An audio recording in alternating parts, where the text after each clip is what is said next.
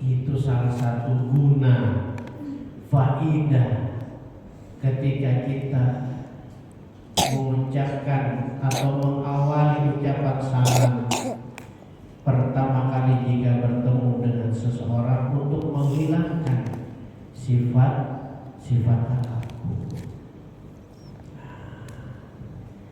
Masih banyak sekali, ya, masih banyak sekali, ya, bukti-bukti akhlaknya, keindahan akhlak dari baginda Nabi besar Muhammad sallallahu alaihi wasallam.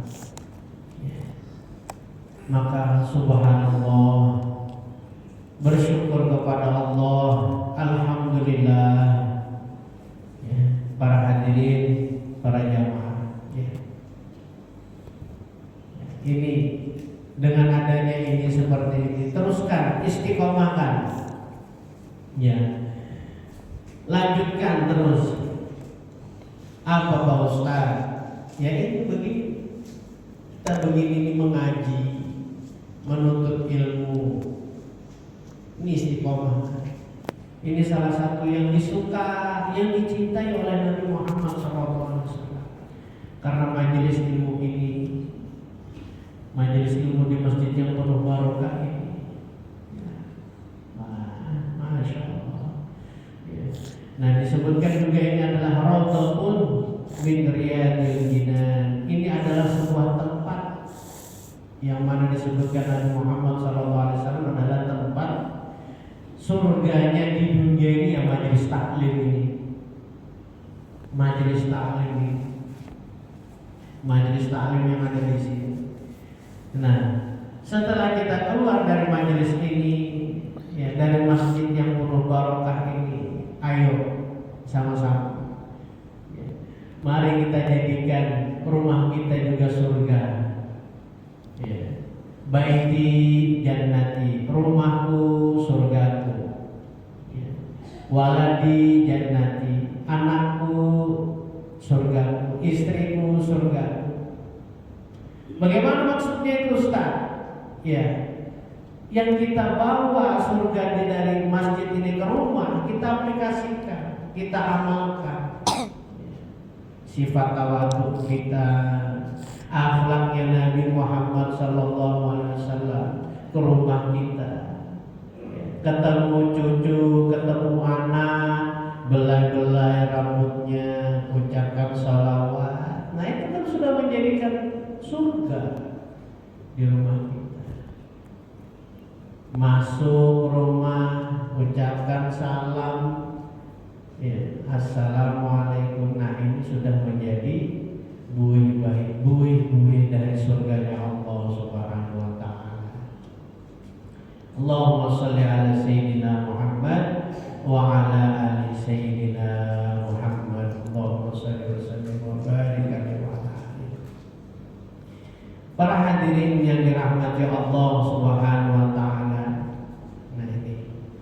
Nah, kebalikan, ya, kebalikan dari sifat tawadhu itu, yakni takabur, merasa paling iya-iyanya, merasa paling besar, merasa paling kaya, merasa paling pintar. Nah, ini. Nauzubillah min dzalik ini. Jangan sampai kita merasa paling berilmu lah, paling alim lah, paling soleh lah. Ini jangan sampai. Ini kebalikannya. Kenapa para hadirin? Ini adalah sifat dari salah satu yang dilaknat oleh Allah Subhanahu wa ta'ala. Siapa dia? Iblis. Laknatullah.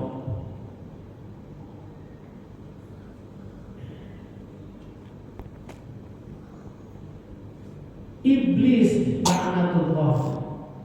Beliau dilaknat karena tidak mau menaati apa yang diperintahkan Allah Subhanahu wa ta'ala untuk bersujud kepada Nabi Adam sebagai penghormatan. tidak mau merasa aku diciptakan dari api, merasa aku diciptakan dari api. Lebih mulia api ketimbang dari tanah. Ngapain aku sujud? Nah, ini sudah merasa ini. Na'udzubillah min dzalik.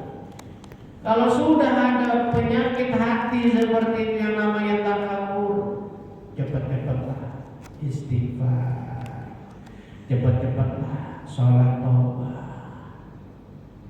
Ya. Na'udzubillah min dzalik. Nah ini, jangan sampai kita mempunyai merasa, ya, sifat merasa paling alim, paling diterima ibadah kita sama Allah. Ya, yang lain tidak diterima, aku loh yang paling alim.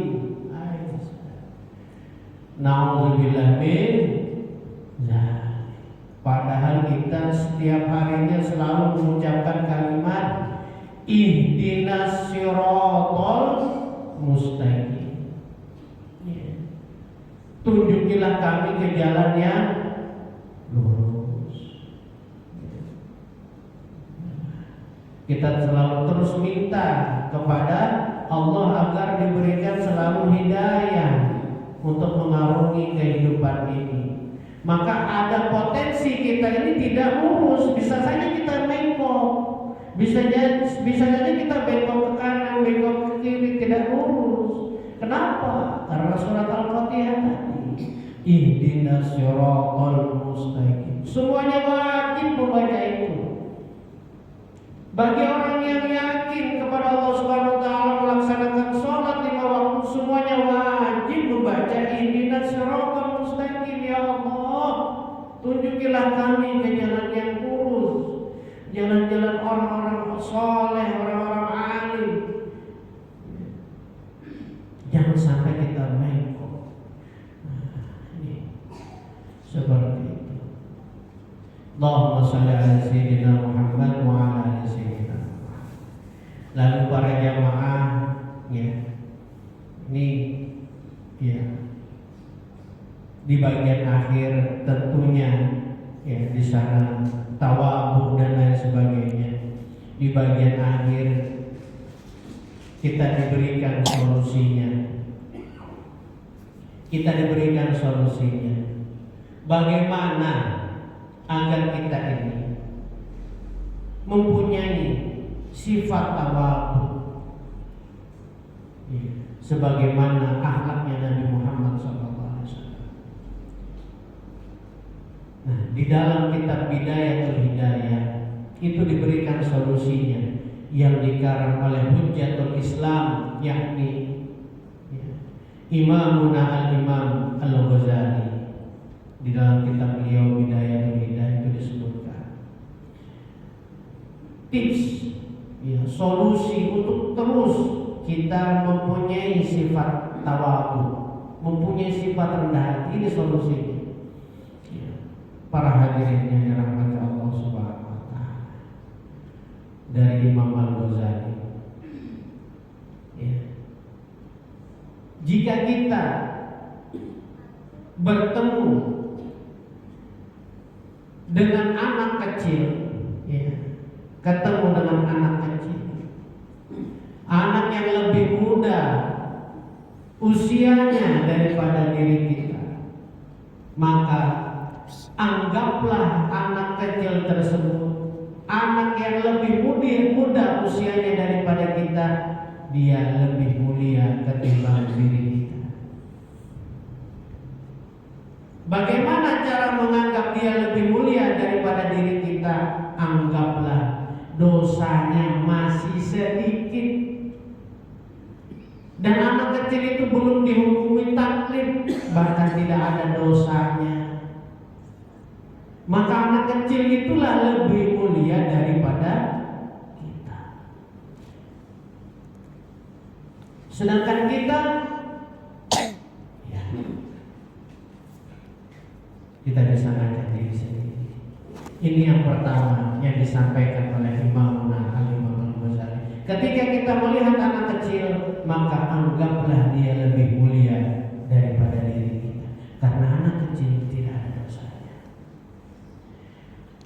Lalu kalau kita misalnya berjumpa dengan orang yang lebih tua daripada kita,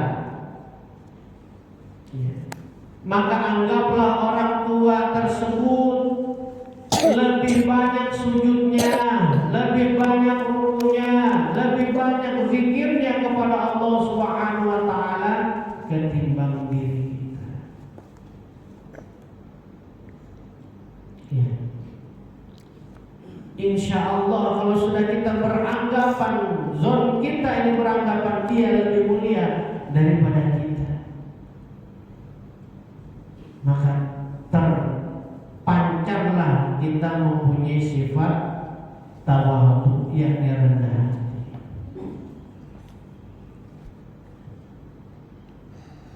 Lalu ketika kita berjumpa dengan orang yang mohon maaf bodoh, tidak punya ilmu,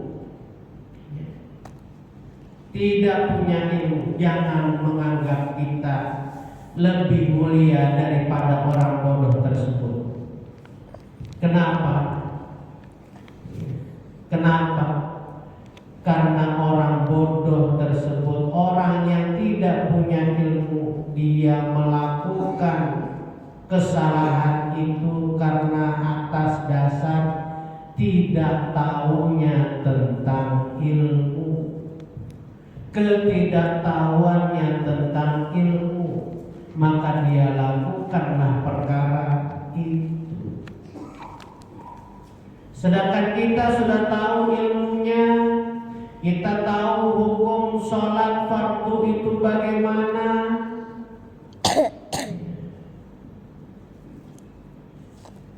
tapi tetap aja kita melanggar. Sedangkan orang bodoh, dia tidak melakukan karena dia tidak tahu ilmunya. Maka jangan anggaplah kita lebih mulia ketimbang orang bodoh tersebut, karena ada dasarnya. Lalu yang terakhir, para hadirin, ketika kita berjumpa dengan orang yang mohon maaf non muslim alias bahasa kami kita kafir, jangan sampai kita beranggapan bahwa kita lebih mulia, kita lebih hebat, kita merasa bahwa surga itu milik kita. Jangan. Nauzubillah min dzalik.